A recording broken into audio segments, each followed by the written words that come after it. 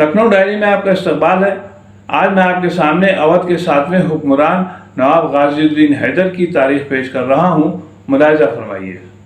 1814 में नवाब सादत अली खान के बाद उनके बेटे रफ़ीउद्दौला गाज़िउद्दीन हैदर अवध के 7वें हुक्मरान हुए। नवाब गाज़िउद्दीन हैदर ने सूबेदारी को शाही में तब्दील करके बादशाहत का लक़ब इख्तियार किया। इसके बाद अवध के तमाम हुक्मरान बादशाह कहलाए। नवाब गाज़िउद्दीन हैदर की शादी दिल्ली दरबार के अफसर मुबश्शिर खान की बेटी बादशाह बेगम से हुई थी।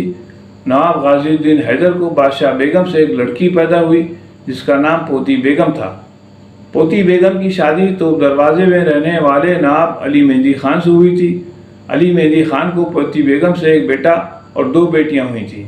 बेटे का नाम मोहसिनुद्दौला था जिनकी शादी बादशाह मोहम्मद अली शाह की बेटी से हुई थी। चौक में महल्ला घड़ियाली का इलाका नवाब मोहसिनुद्दौला की जागीर में था। आज भी उनके अहले ख़ानदान महल्ला घड़ियाली में रहते हैं। हैदर 24 अगस्त 1774 में लखनऊ के इलाका सादतगंज में महल्ला नूरवाड़ी के करीब बुनियाद बाग में पैदा हुए थे।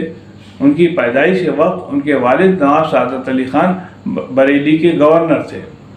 बादशाह गाज़िउद्दीन हैदर का दिल बादशाह बेगम की एक बांदी सुब्बा दौलत पर आ गया था और उन्होंने उससे शादी कर ली थी। बाद में सुब्बा दौलत को मुमताज़ बेगम का खिताब दिया गया जिनसे एक बेटा पैदा हुआ जिसका नाम सुलेमा जा मिर्ज़ा अली हैदर था, जो कि आगे चलकर बादशाह नज़ीरुद्दीन हैदर कहलाए। बादशाह बेगम मुमताज़ महल से नफ़रत करती थी। उन्होंने मुमताज़ महल को मरवा दिया था।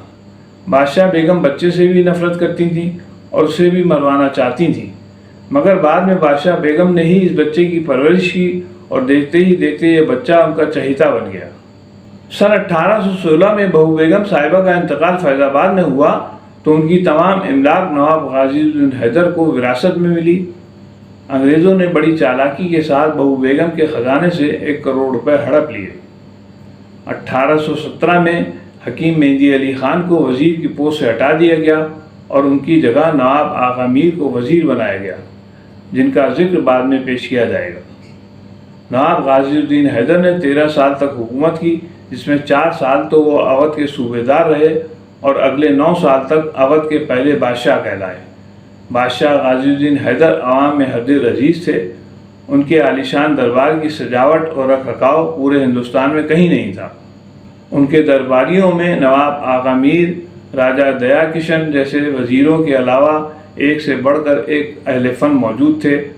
अवध का कानूनी निज़ाम जो नवाब सादत अली खान ने कायम किया था, उसी को नए बादशाह ने आगे बढ़ाया और उसके मुताबिक ही हुकूमती फ़ैसले लिए जाते थे।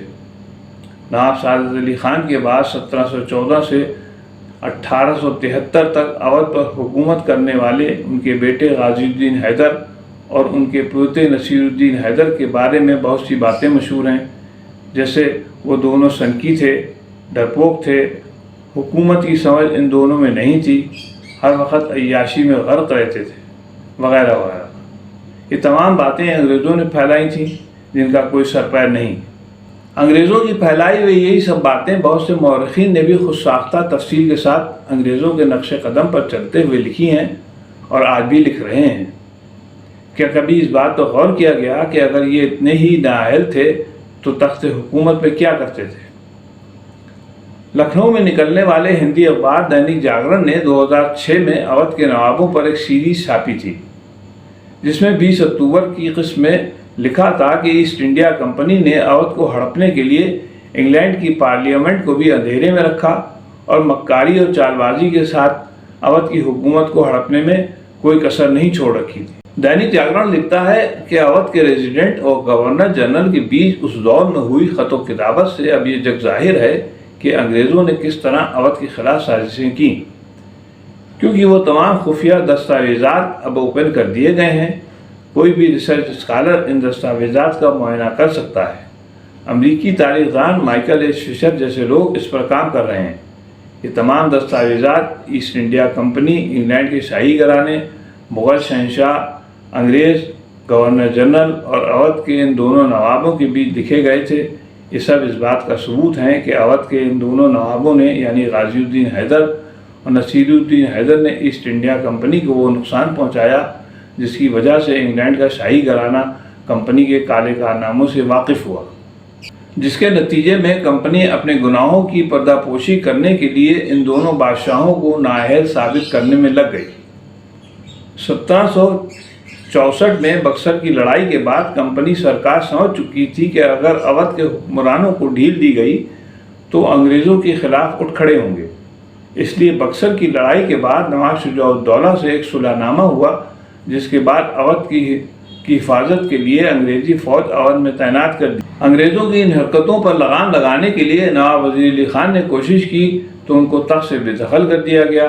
نواب سعادت علی خان کو بھی دھوکے سے زہر دلوا دیا گیا۔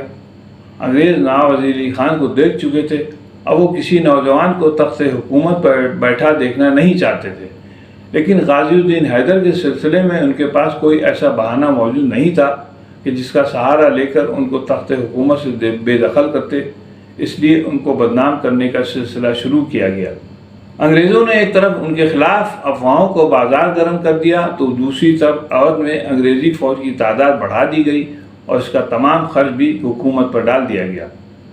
کیونکہ اودھ کے حکمران مغلوں کے زیر اثر تھے، اس لیے وہ چاہ کر بھی ایک خود مختار حاکم کی طرح انگلینڈ کے بادشاہ کو کمپنی کے کالے کارناموں کی خبر نہیں دے سکتے تھے، جبکہ دوسری طرف دہلی کے بادشاہ اکبر ثانی نے 1803 میں انگریزوں سے پینشن لے کر اپنی حکومت کو لال قلعے تک محدود کر لیا تھا۔ انگریزوں سے نجات پانے اور اودھ کو ایک مضبوط ریاست بنانے کے لیے بس ایک ہی راستہ تھا، وہ یہ کہ اودھ خود مختار ہو جائے۔ یہ موقع 1814 میں نواب غازی الدین حیدر کو ملا، جس کے بعد وہ کمپنی کی کارگزاریوں پر انگلینڈ کے بادشاہ کی معرفت بندش لگا سکتے تھے، مگر وہ اس میں کامیاب نہ ہو سکے۔ نواب غازی الدین حیدر کے عہد میں روس کے بادشاہ زار کی نگاہ ہندوستان پر پڑی اور وہ ہندوستان پر فوج کشی کرنے کی تیاری کرنے لگا۔ جب اس کی خبر انگریزوں کو ہوئی تو انہوں نے بڑودہ اور ستارہ کے راجاؤں کے علاوہ حیدرآباد کے نظام اور اودھ کے نواب سے کہا کہ وہ مغلوں سے الگ ہو کر خود مختار بن جائیں۔ گورنر جنرل کی سوچ یہ تھی کہ اگر روسی فوج ہندوستان آتی ہے تو پھر اسے تمام خود مختار ریاستوں سے مقابلہ کرنا پڑے گا، کیونکہ کمپنی سرکار کی کوئی قانونی حیثیت نہیں تھی، وہ تو خود ساختہ حکومت تھی، وہ چاہ کر بھی روسی فوج کو ہندوستان میں روک نہیں سکتی تھی۔ اس کام کے لیے اسے ہندوستان میں کسی بادشاہ کے نام اور اس کے پرچم کی ضرورت تھی جس کی قیادت میں انگریزی فوج روس کی فوج سے لڑ سکے۔ بہرحال زار تو ہندوستان نہیں آیا، مگر اودھ میں صوبیداری بادشاہت میں تبدیل ہو گئی۔ اب میں اپنی بات کو یہیں پر ختم کرتا ہوں۔ نواب غازی الدین حیدر کے سلسلے کی دوسری قسط جلدی پیش کی جائے گی، تب تک کے لیے اجازت چاہتا ہوں۔ خدا حافظ۔